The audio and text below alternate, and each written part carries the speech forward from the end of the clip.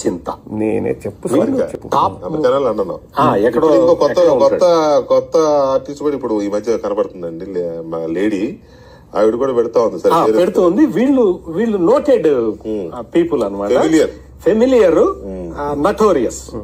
వీళ్ళకి పెట్టుకొని వీళ్లలో ఈ చింతా ప్రదీప్ రెడ్డి, డాక్టర్ చింతా ప్రదీప్ రెడ్డికి జగన్మోహన్ రెడ్డి 2.5 లక్షల రూపాయలు నెలకి జీతం ఇచ్చాడు. ఇస్తున్నాడు ఇప్పుడు కూడా గవర్నమెంట్ డబ్బులు. ఇప్పుడు ఇస్తున్నాడో లేదో తెలీదు, గవర్నమెంట్ అప్పుడైతే 2.5 లక్షల రూపాయలు ఇచ్చాడు. అతనికి ఇచ్చారు లేదు అదే, చాలా మందిని అట్లా డబ్బులు ఇచ్చి పోషించారు. మన సోకాల్ జర్నలిస్టులు కూడా చాలా మంది. పార్టీ ఫండ్స్ ఇచ్చుకుంటే మన సంబంధం లేదు, కానీ ఇది గవర్నమెంట్ వచ్చింది డబ్బులు. ఇంటూరు రవికిరణ్ అతనికి 75,000 రూపాయలు. అంతేనా? 75,000 సమాచారం కరెక్ట్ కాదు నాకు తెలిసి. ఆయన అంటే రవికిరణ్ ఎంత ఇచ్చాడు అనేది నాకు తెలియదు, కానీ ప్రతి వాళ్ళకి లక్షల్లోనే ఇచ్చారు. అప్పుడు కొంచెం లక్షల్లోనే ఇచ్చారు. చాలా మంది ఉన్నారు. ఎవరైతే ఇన్ఫ్లుయెన్సర్స్ లాగా ఉంటారో దాదాపు 100-150 మందిని సెలెక్ట్ చేసి ఇచ్చారు. అందులో తలపండిన జర్నలిస్టు కూడా ఉన్నారు. పేరు ఇంకా మొదలు పెడదామా?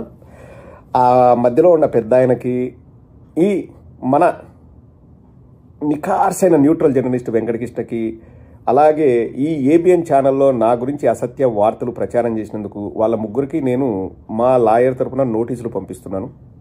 నోటీసులు పంపించి సమాధానం చెప్పవలసిందిగా నేను కోరుతాను.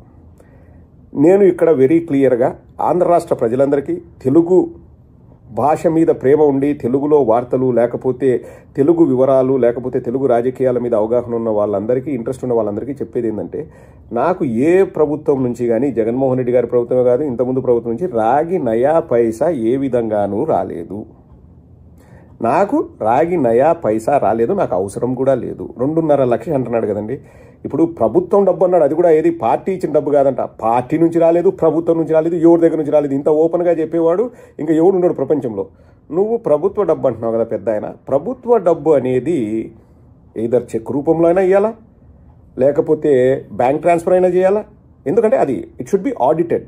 ప్రభుత్వ డబ్బు అనేది ప్రభుత్వ ఖజానా నుంచి వస్తుంది కాబట్టి ప్రతి పైసాకు లెక్క చెప్పాలి. కాబట్టి ఏ డిపార్ట్మెంట్లో నుంచి అయినా నాకు ఇచ్చినా కానీ ఆ రికార్డ్ అయితే ఉండాలి కదా. ఇప్పుడు అతనికి దొరికింది అంటే నాకు 2.5 లక్షలు ఇచ్చినట్టు కరాఖండిగా చెప్తారంటే ఏ దాంట్లో అయినా ఉండాలి కదా రికార్డు. నేను ఇప్పుడు నోటీసులు పంపిస్తున్నాను. నాకు ఏ బ్యాంక్ అకౌంట్ నుంచి ఏ బ్యాంక్ అకౌంట్కి డబ్బులు ట్రాన్స్ఫర్ అయింది, ఏ డిపార్ట్మెంట్ నుంచి ట్రాన్స్ఫర్ అయింది నాకు చెప్పండి. నేను నోటీసులు పంపిస్తున్నాను, వారం రోజులు గడువిస్తాను. నాకు సమాధానం చెప్పకపోతే నేను డిఫమేషన్ ఫైల్ చేస్తాను. ఎందుకు ఇవ్వకూడదబ్బా? అసలు 2.5 లక్షంట. పక్కన ఈ వెంకటకృష్ణ కూడా అనుకుంటాడేమో, ఏంది నాకే ఈడు మా బూత్ కిట్టు ప్రదీప్కి 2.5 లక్ష, ఆయన ఏదో పార్ట్ టైం ఏదో మాట్లాడుతుంటాడు వచ్చి సోషల్ మీడియా, అతనికి 2.5 లక్ష అని ఫీల్ అవుతున్నాడేమో. నేను ఒకటి చెప్తున్నాను కదండి, ఇది ఇంతకుముందు కూడా చెప్పాలి కాబట్టి చెప్తున్నాను. డిగ్నిటీ ఆఫ్ లేబర్ అనేది ఉంటుంది నేను నివసిస్తున్న దేశంలో. అంటే క్లీన్ చేసే వాళ్ళు తక్కువ వాళ్ళని కాదు, లేకపోతే ఇంకొకరు ఎక్కువ వాళ్ళని కాదు. మా క్లినిక్లో 2 ప్రాక్టీసులకు కలిసి వారానికి 3 రోజులు వస్తారు. క్లీన్ చేసి టాయిలెట్ రూల్స్ చేంజ్ చేసి అండ్ మొత్తం మాపింగు, హూవింగు అన్నీ చేసి శుభ్రంగా మేము రేపు మార్నింగ్ వచ్చే లోపల శుభ్రంగా ప్రాక్టీస్ని పెట్టినందుకు నేను వాళ్లకు దాదాపు 3,20,000 నెలకు పే చేస్తాను. మళ్ళీ చెప్తున్నాను కదండి, ఇట్స్ డిగ్నిటీ ఆఫ్ లేబర్. నేను వాళ్ళు తక్కువలని కాదు. ఇక్కడికి వచ్చి ఇంత మాట్లాడి ఇంత చేసినందుకు 2.5 లక్ష వస్తే నేను శుభ్రంగా నా క్లినిక్లు నేనే కడుక్కుంటా కదా. మళ్ళీ డిగ్నిటీ ఆఫ్ లేబర్ చెప్తున్నా.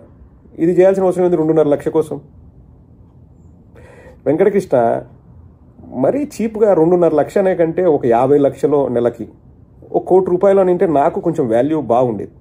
మరి 2.5 లక్ష చీప్ కదా వెంకటకృష్ణ, నీకు కూడా తెలుసు. అందుకే మధ్యలో అన్నాడు, అతనికి ఇస్తారో లేదో నాకు తెలియదు, కానీ 2.5 లక్ష కోసం నేను మాట్లాడాల్సిన అవసరం లేదు వెంకటకృష్ణ, అది నీకు కూడా తెలుసు. ఆ పెద్ద ఆయనకు చెప్పు పాపం. ఎంతో కరాఖండిగా అంటే చూడండి, లైవ్లో ఎంత నిక్కచ్చిగా, ఎంత నిస్సిగ్గుగా, ఎంత జుగుప్సాకరంగా అబద్ధాలు ఆడతారంటే నాకు 2.5 లక్ష ఇచ్చారంట. అది కూడా ఏంది ప్రభుత్వ డబ్బు. ప్రభుత్వ డబ్బు ఇస్తే బ్యాంక్ నుంచి బ్యాంకుకు ట్రాన్స్ఫర్ చేయాలి కదా.